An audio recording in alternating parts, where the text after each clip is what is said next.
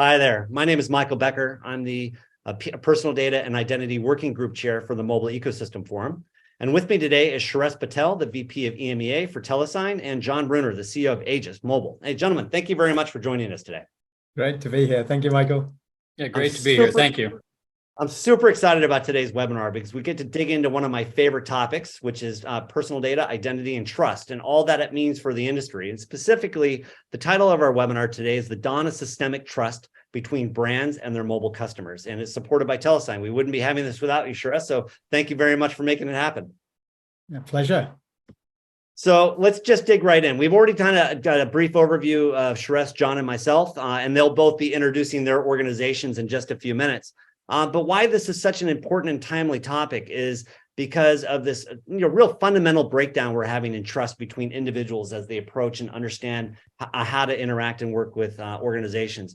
We're also seeing just rampant cybercrime affecting industries at every level and across every stage of the customer journey. And the big question is, what is we as industry, what do we as individuals, and what does we as government, basically all the primary actors in the market can do about it? So I'm going to kick things off with a brief presentation from myself, looking at the changing expectations in trust and transparency. Then Surash is going to talk about some groundbreaking research that we just did in the industry, or they just did in the industry. And then John is going to talk to us with some really specific concrete use case and examples of how we're systemically enabling and imbuing trust within the industry. So from my side, I want to kind of bring up with what's happening in the industry. So we have businesses, organizations out there saying, trust me. And people are saying, okay, that's great. When we start digging into that and we start thinking about what's happening within that market, we need to understand this idea that to trust is human, and we're genetically wired to trust. And so when we think about what that means for where we go into the marketplace, it's becoming even harder and harder for people simply just to say, okay, because we're no longer just having that human to human interaction. We're now interacting with bots and machines. We're interacting with messaging services. We're interacting with artificial intelligence. We're interacting with our APIs. And John was saying just in our preamble as well, businesses are having to contend with individuals, consumers using these same technologies as well. So how do we figure out enabling an environment, a relationship, a connection between individuals and the organizations or systems they work with to actually have a trusted and established footprint? And as I noted, trust is to human. We're genetically wired to be doing that. And imbued within our society, however, is these ideas like trust but verify. It's an old Russian proverb, which was popularized by Reagan in the 80s. And then you've got it's good to trust, but it's better not to. This is an Italian proverb. And every culture and society has this idea of start with trust, but then verify, then protect yourself. And when we really look at this idea of trust, what is it that we really mean? Like, what is trust? At the end of the day, trust is about a faith. It's about this ability for me to know who I'm interacting with. That's the identity piece. For me to be able to be vulnerable with that actor, meaning that I'm going to open myself up to them with the hopes that they are good to me, provide service and value to me, meet their obligations, they do the right thing, they don't intentionally hurt me. If they do hurt me, that they give me some form of redress around that. And all of those activities happen in real time, every time, with all of our interactions that we have with everyone. And in that, and as we're doing it human to human, we'll attribute each one of those actions to build up a reputation.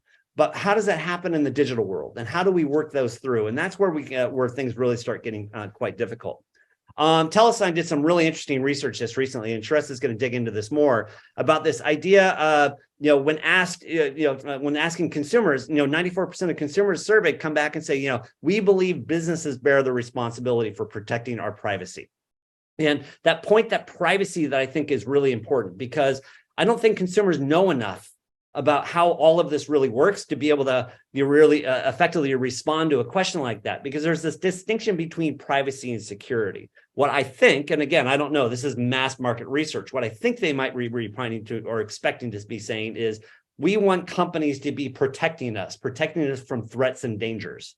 And I think that's what most people consider or define privacy as being.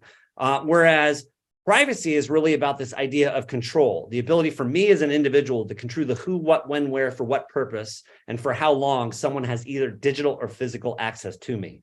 So I don't think that's something that consumers want to be giving up to businesses. What they expect businesses to do is to protect them so that they can have control of their data and their flows, specifically with the brands they trust and then those they also want to interact with. But it's not just about the consumers. Let's flip it and have this conversation from the business side of it as well. People that trust a business consistently spend more. And that's a critical thing to remember too. So having trust in your business and working on trust in your business is really important because it increases revenue.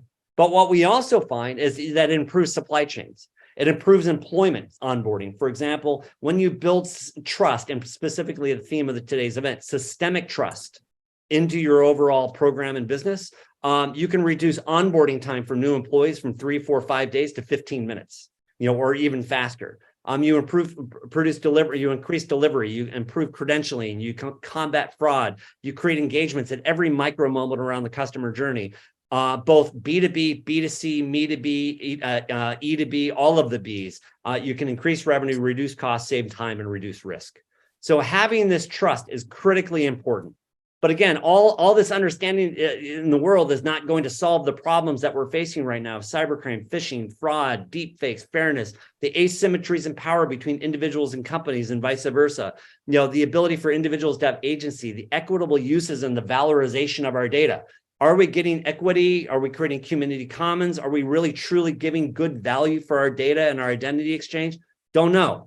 There's some groups would say yes, some groups would say no. And then finally, are we finding this balance of the identity next equation, which we can talk about later and in future conversations. So what we really need to do is get into this idea of systemic trust and this concept of reversing that old paradigm of trust but verify to always verify and then trust. So what does a systemic trust look like? Systemic trust is systemized trust. It's this contemporary terms. It's ability for us to refer and tokenize, aka create verified credential keys for every relationship we enter into. So that when I digitally engage and interact with you, you know who I am, I know who you are, it's cryptographically verifiable, and then we can start having systemic trust within the marketplace. And so when we get into that, then in that point, I know who the organization is. I know that this bot, this machine, this AI, or this API has the authority to represent the industry and demonstrate its capabilities for me. I know that message that it's sending to me, they're allowed to and approved to be sending it to me. Those kinds of things, that's something John's going to talk about in just a minute, are critically important. Likewise, the business can say, is that really Michael Becker? Is that really his phone? And is he really have the authority to produce that transaction? Once we're able to systemically establish that in the marketplace, then we're golden. And then we can go back to this point of building reputations and interacting with people and delivering value in exchange between organizations. So that's really the kind of the scene setting for this. And now I'd like to turn the conversation over to Surash and let him talk to us about this new big program that Telesign's just launched, Continuous Trust Authority. Terrific. Thank you, Michael. Thank you, Michael. It's just amazing how much you're able to capture in such a short space of time, and how much of a mark we can talk about. There is just so much going on. So thank you. My name is Surash. I'm the VP for EMEA here at Telesign. Telesign, to give you a bit of context here, connects, protects, and defends the customer experience with intelligence from billions of digital interactions and mobile signals. And we help the world's largest brands secure onboarding, maintain account integrity, prevent fraud, and streamline omni-channel engagement. And the reason I say that is because when we look at what we're trying to do here with this continuous trust program, it's to support all of that. I think we've recognized, and Michael mentioned this just a second ago, that no one single company can do this by themselves. It actually is a number of organizations coming together. And that's what we're trying to do here with this continuous trust authority program. We recognize that there's no single source of intelligence. And if there is in one country, it certainly isn't global. We recognize that trust is an evolving thing. It's becoming more and more on the thoughts of our consumers, for sure. And ultimately, it's that consumer that's driving the ecosystem for all of us. But for organizations as well, the idea of trust is something that is so difficult to build, but then so easy to lose. And it's only through trust that you build the bonds and you build that the experience for the consumer. So what we're trying to do is to bring together organizations, the best thinking, resources, technology, to try and make this digital world a more trustworthy place. And the first thing that you're going to see here, if you go to the next slide, Michael, please, is that we are going to do, and this will be an ongoing thing, a trust index. So we're going to launch this 2023 trust index, and it's a survey essentially. And in this survey, we're going to be looking at the role of trust from the consumer's perspective. And from when we think about that, I think it's important for all the reasons that Michael mentioned before. Consumers really value their time, they value their reputation, they obviously value their money, and what can we do to make them feel more comfortable in this world that we're operating in? So we've run this survey. It was about 1,000 people starting in the US, over 18, and you'll see that in the results that some of these people were actually victims of the very fraud that we're trying to protect against as well. So it gives us a unique insight. If we go on to the next slide, Michael, we'll see some of the details here. So let's just pause for a moment. So let's just look at some of this. We all know that there's been significant data breaches, and there's been some very, very high profile ones. I think in January of 2023, with one of the big mobile operators. So every time there's some kind of a data breach like that, it's eroding the consumer's perspective and their perception. As we see here, almost half of consumers would have stopped associating with a brand altogether if there had been any kind of a data breach. And then once that happens, many would actually go and tell their friends and their families. And then this data breach costs the reputation of that brand in an increasing manner, because more and more people get to hear about it as they share it, and amplifying their experience. And what that does consequently is that makes it more and more fearful for consumers to operate in this world. We see here that just how scared consumers are of being a victim of fraud. 23% would rather never eat chocolate again or be audited by the IRS, rather than become a victim of fraud. I mean, that's pretty telling just how painful these experiences are. And we'll touch upon that in just a moment. And then half the consumers indicated, their apprehension. And as Michael mentioned there before, they want someone to help them, right? They want someone to help them. They want someone to educate them. They want someone to tell them what they need to be doing and where their responsibility ends and where they perceive a brand should be helping them. And the reason for that, as we've said, in our survey even, many people in the survey actually were reporting themselves as victims of this fraud, 30% in this case. And the financial losses are significant, over $1,000. And more importantly, it's this idea that the stress that's involved, 40% cite mental health concerns and characterize it having a negative impact on them. I think there's some statistics said that I think it's 16 hours minimum that you would spend actually trying to tell the brand if you've had some kind of fraudulent instance, and then you spend that time trying to convince the brand that it wasn't you that that acted fraudulently. So these are the kind of things that we're seeing. I really expect there'll be similar conclusions as we run this report in other countries. I don't think this is just a unique thing in the US, and I've certainly seen that from other brands.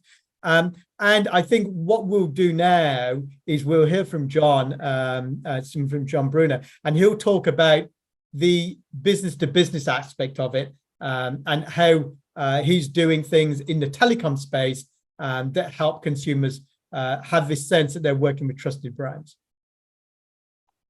Thank you, Surash, very much. Hi, I'm John Brunner. I'm the CEO of Aegis, and quick history of Aegis. So we've been around for about 17 years, privately owned company. We have our core capabilities is really that we're generally an intelligence company. We collect and buy data from all over the world, crawling the networks and integrating into subscription services and other things to provide a number of services that focus on two key business divisions for the company. One, we're a brand protection and compliance company that provides many services that are designed to protect consumers from bad merchants. And we've been doing this in the telecom industry for the full 17 years that we've existed. With our ability to collect consumer experience from live markets on a continuous basis, about 10 years ago, we created a separate division of the business, which we call competitive industry market intelligence. and that's more focused on collecting product, price, promotion, and advertising to help our brands win in the digital market. But today we're going to focus mainly on the telecommunications industry, and one of the services that Aegis provides at scale is operates as a verification authority, vetting brands that want to do business in specific telecom channels. We can jump to the next slide. I mentioned quickly, we do have these three product areas. We've got all these different compliance services of, capturing the consumer experience, analyzing transactions for anomalies. I talked about the market intelligence and driving sales and advertising to win in the market, but I'm going to focus today on partner management, which is really, vendor vetting on a very large scale with efficiency. So we can jump to the next slide. So I'm going to talk today specifically about an automated API-based platform that we call the Aegis Identity and Integrity Investigation Management System, or AIMS for short. This is a system that provides 3 levels of verification for the United States 10DLC market, 10-digit long code enablement for A2P texting. The products offered are, the first level is to verify that the business that is submitting a request to be able to do A2P messaging with their customers is a legitimate business that's legally registered in the country that it's from, and that it's in good standing. But we're also verifying the type of business. Is it a government entity? Is it a for-profit entity? Public? Is it private for profit? Is it a charity or a nonprofit? Or is it potentially a political entity? And in some instances, we are doing direct verification with the business to be sure that they are actually who they say they are, on top of verifying that they legally exist in the country that they're from. So we call this level of verification the business identity verification. We actually then are able to go a step further, 2 steps further, but the next step is to do an automated behavioral background analysis of the company. And so what we're doing here is we're going out and looking at the legal history, the regulatory history, the criminal history, international sanctions, watch lists, AML, OFAC, and other types of behavioral data that we have. Plus, we have internal bad guy databases of known fraudsters that have operated in the telecom industry. All of this data is checked for every business, and we come up with a risk analysis of whether or not we think this business is going to commit spam or phishing. Now, we offer even a 3rd level of depth through this platform, and this one actually does all the automation of the identity check and all the automation of what we call a standard vet, and goes deeper where it actually gets kicked out to an analyst who will do global research on not only the business, but related business, key employees, and any kind of consumer sentiment that they can find, and any other data about the company that might indicate either good behavior or bad behavior in terms of whether or not they're going to harm consumers if they're allowed into the channel. What's interesting about this new platform, though, that is never really seen before, to our knowledge, in any other market, is that we are doing the identity checks in about 3 seconds. We're doing the background checks in less than 15 seconds. And of course, the enhanced vets really depend on how deep the business is in terms of its breadth and relationships and key employees. But we've been able to process over 1.3 million transactions fully automated through this platform in the last 15 or 16 months. We've done as many as 36,000 automated transactions in a single day, doing identity and vetting of businesses. The system also has successfully vetted companies from almost 180 countries, which says that it's global capable. But the main point here is that we've created this capability that is low friction, low cost, high volume, so that we can actually implement a large market's ability to create what's called a known sender with confidence. We can jump to the next.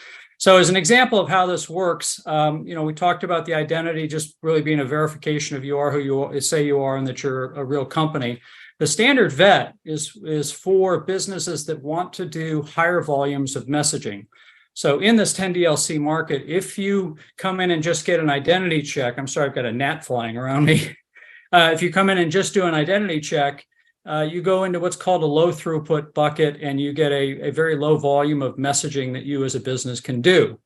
If you want to go into a higher volume, then we're going to do a background check on you. And based on the risk analysis of the background check, you're going to get a score, and that score translates into a bucket size of how many messages per day, per hour, per minute, whatever the throughput is, for the carrier that you're on, it determines how many messages you can actually send. And so if you're a brand new company and there is absolutely no history on you other than the fact that you legally exist, then you're kind of an unknown. So the concept is that you would get put into a lower bucket, because we don't want to just open you up to be able to send out 12 million messages a day, because we don't know who you are.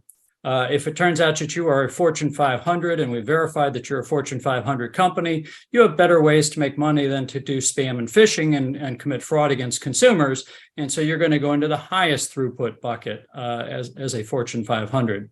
So this is a live implementation that is running, and it has been met with incredible success in terms of being able to create, verified brands that are sending messages to their customers at scale.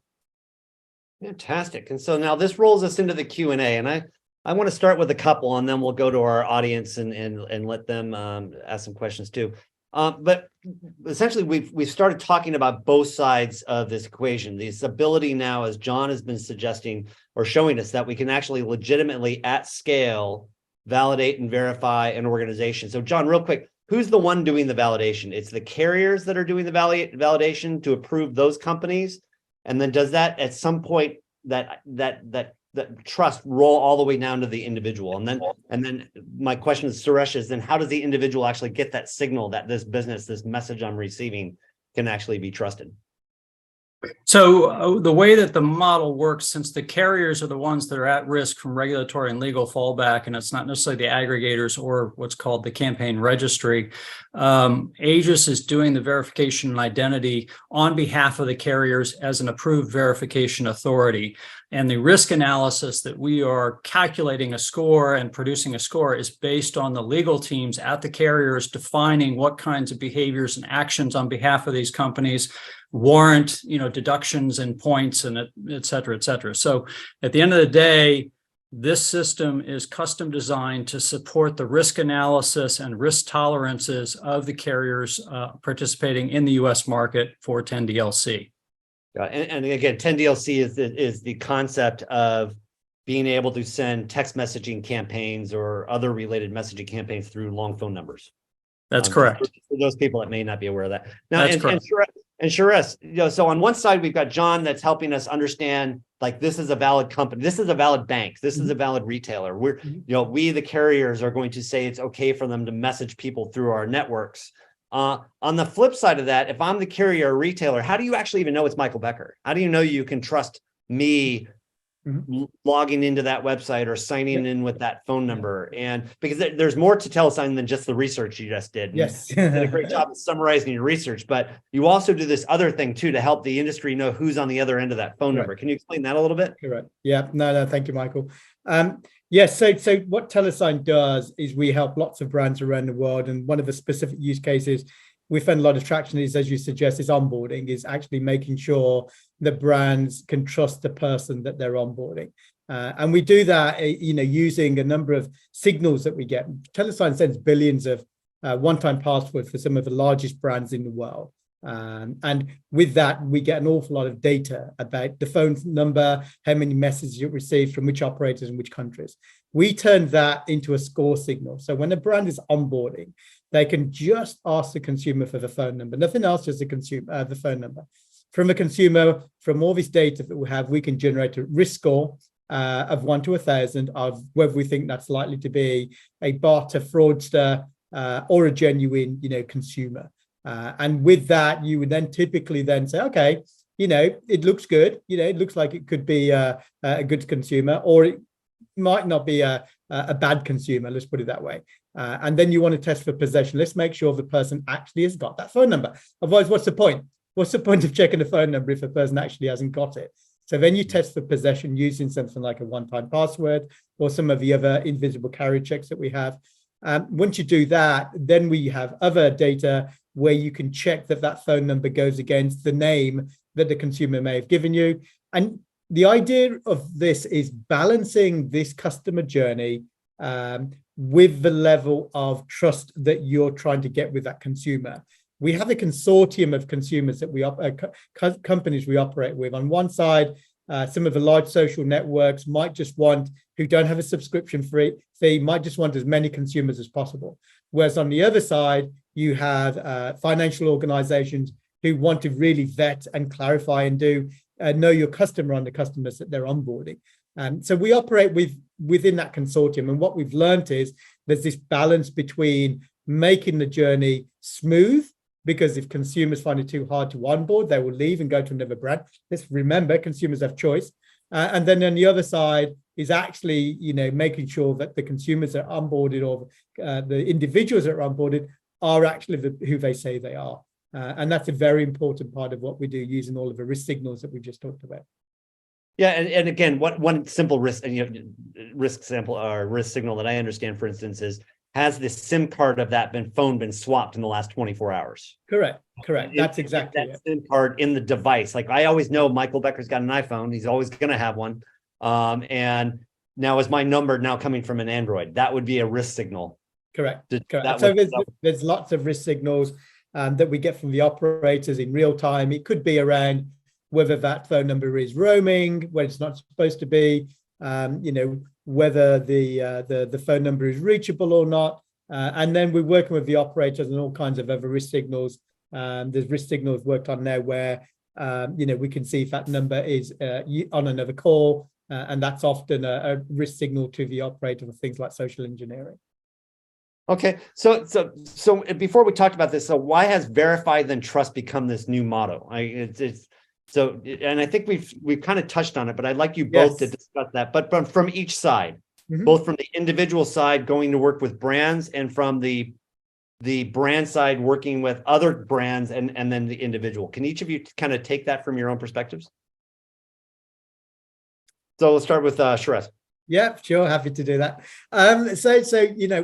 We talked about this idea of verify and trust, because I think, as you mentioned in your introduction, Michael, there is just a plethora of different fraud types going on right now. And in each industry, you'll see a different type of fraud. So from that perspective, we have to think to ourselves, let's make sure that individual is who they say they are. Let's make sure it's a valid phone number. Let's make sure it's a valid email. That person's actually ownership of those details. We see it in things like the regulators doing smart customer authentication and payment services directive 2 that we have here in Europe. So you're seeing that just trying to stop fraudulent actors coming into the marketplace has become a really big focus area, and we just have to stay vigilant to that. Okay, and for you, John, like, what does verify then trust mean for you? And you had a really important point in our preamble about constantly verify. Maybe you can talk about that a little bit. Sure. Yeah. So it's no longer brick and mortar shopping for people, and what we've learned is that engaging a digital business as a consumer, you are taking a lot of risk. You can have your bank account cleared out, you can have your phone number stolen, you can have your email password, hacked. And all of a sudden your identity is, being exploited, and it does you harm. And to undo that is very, very difficult. So, creating an environment where consumers can know that they're dealing with a trusted business is becoming very, very critical. And in the telecom industry, from a marketing and a consumer engagement perspective, text messaging is one of the most answered, if you will, most wanted, consumer engagement channels, if you will. And so creating the concept of a verified sender, creates that trust for the consumer list, but it also creates value to the telecom industry for that channel, as a business tool. And so, we're seeing, this this is why this is exploding. Now, in terms of continuous, trust, when Aegis vets a company, that data is good as of the day that we vetted that company. They could be acquired the next day by another entity. They could get a new CEO of a company that we had taken down as a bad actor committing fraud. And so, businesses are dynamic, just like people are dynamic. And so you really have to have, for this trust model to work, some form of a continuous monitoring, of those registered businesses, because they will dynamically change, and they could change for the bad. And it only takes a small percentage of bad businesses to take down an entire telecom channel. I'm talking less than 1%, but the damage they do is so large that it can kill the entire channel. And let's just, for those that are listening, maybe we can get some examples of channels. So there's, email, there's text messaging, there's RCS messaging, there's telephone. There's voice, right? There's Yeah, voice, there's voice. like robocalls, or we all been paying with that. And RCS, there's direct carrier billing. There's where you can actually buy games and have that show up on your phone bill. There's location services with triangulation of cell tower data to enhance a mobile app experience with what your location is. There's identity platforms out there that are designed to help you manage your passwords for apps that you're engaging on your cell phone. There are many different channels that were IoT is a huge, channel that's coming up with all these vendors that have ovens and refrigerators that are going to be connected to your network that create, risk both from the company that is getting the data from that oven, right? The software owner of that oven software, if you will, and the fact that your, network is a personal network could get hacked through that. So there's all kinds of channels that are coming up that require registries, verification of the brand that's going to be, holding that information, and the continuous monitoring of them. So, and to your point, sure. Likewise, you're not just saying ping the phone number once and be done. Oh gosh, absolutely. It's almost every transaction. Yes. It's the way that we think about it is we think about it in terms of the customer journey. So as you suggest, you would check during onboarding, you check during the life cycle. In account takeover is on the increase massively. I think there's been a 90% increase in 2021. And losses were like over 11.5 billion in the US alone. And account takeover, when it happens, is when typically, I think in 28% of instances, it's when an individual asks to change their email address. In 24% of instances, it's when the individual asks to change the phone number. So from that perspective, there are checks that brands can do, and we recommend this idea of a continuous trust is that continually check that the person that you're dealing with, that you're talking to, is the same person you're onboarded. And we do that through a number of checks with the operators. I think you mentioned one, which was SIM-swap, Michael, before, but there's a number of other data points that we can get in real time, live from operators, that will give us some indication of the vulnerability of that account to take over. So yes, we're very much a believer in that. This is not a one-time thing. This is a continual thing that the industry has to do.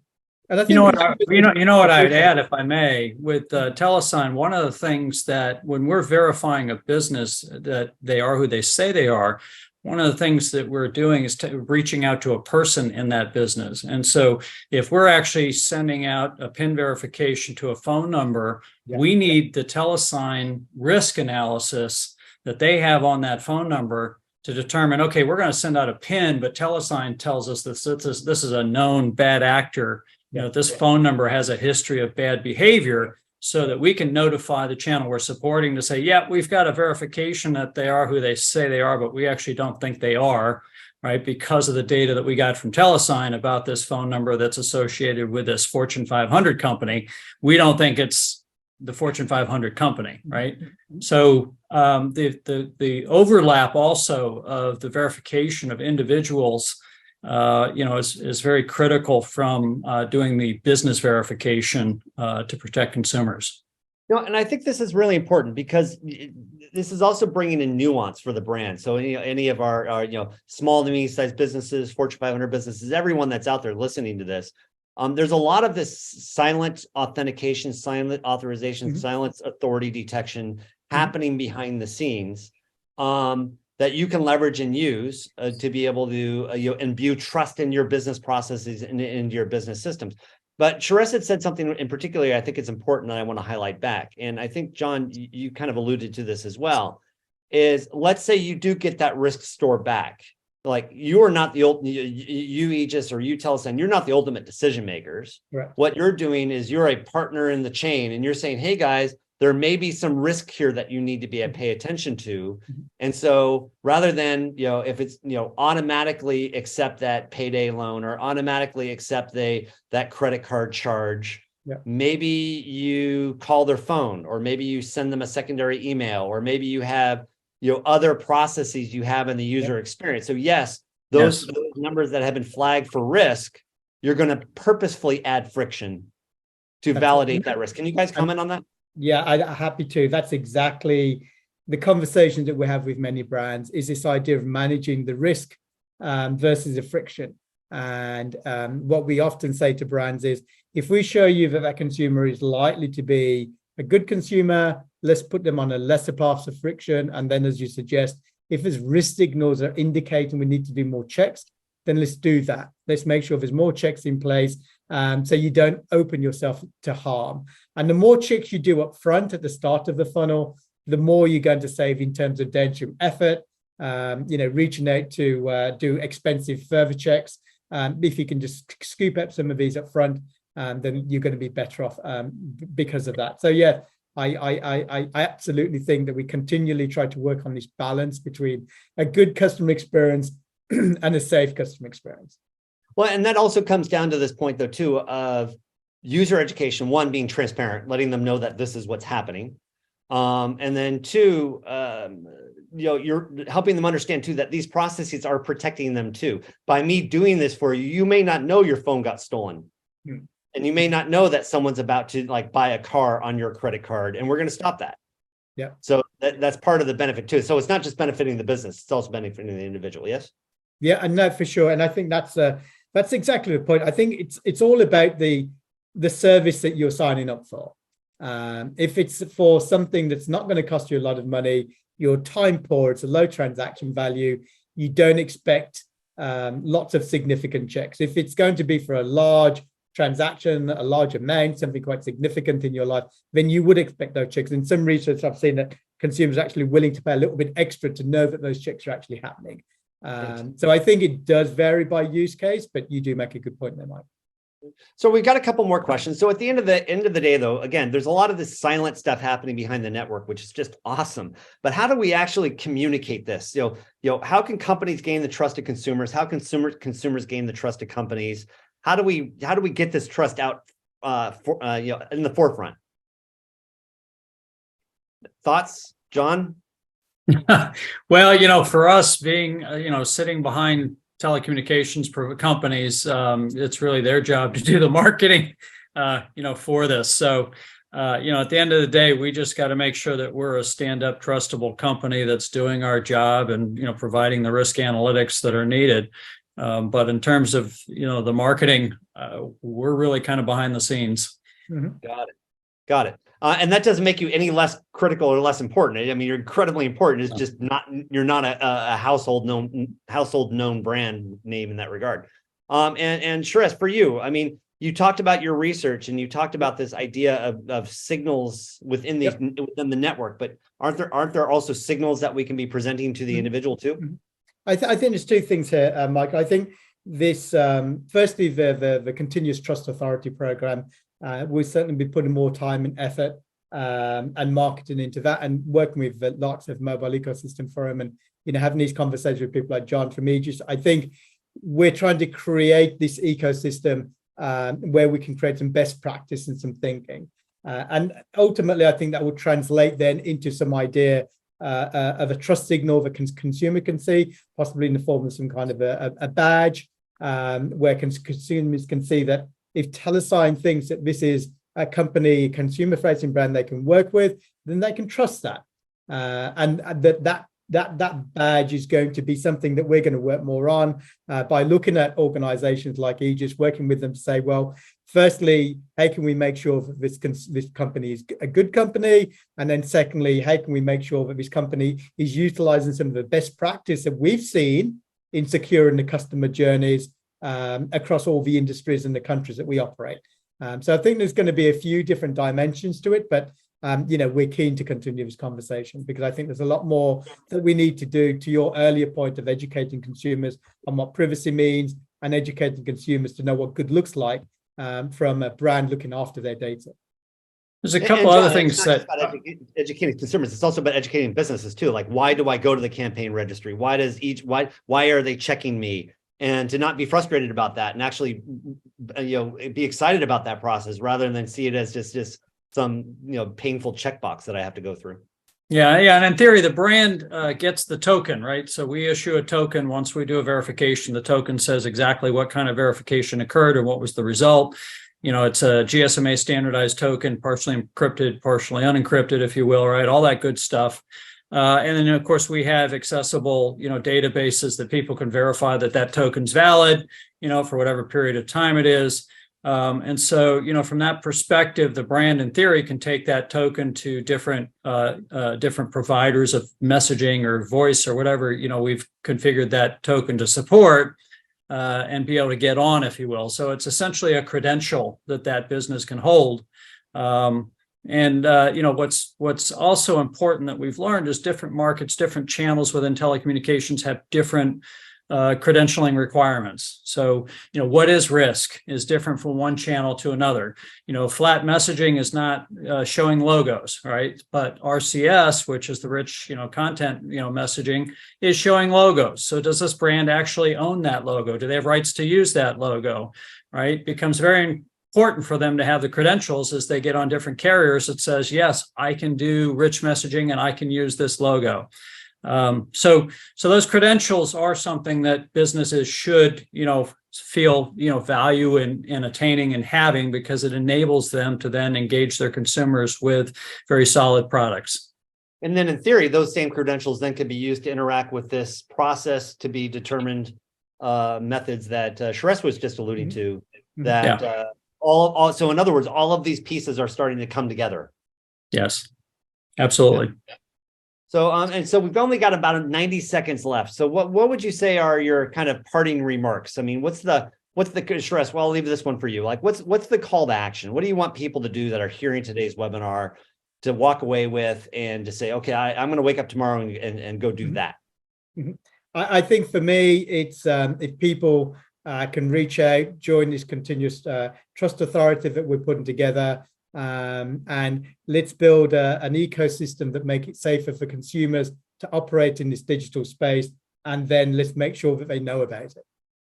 Fantastic. Well, gentlemen, I could keep you on forever. This has just been absolutely fantastic. I really, really appreciate your time. But let's wrap this one up, and we'll have you on next time. Thank you, John. Thank you, Michael. Gentlemen, thank you very much. Thank you very much. Thank you. Bye. Bye-bye.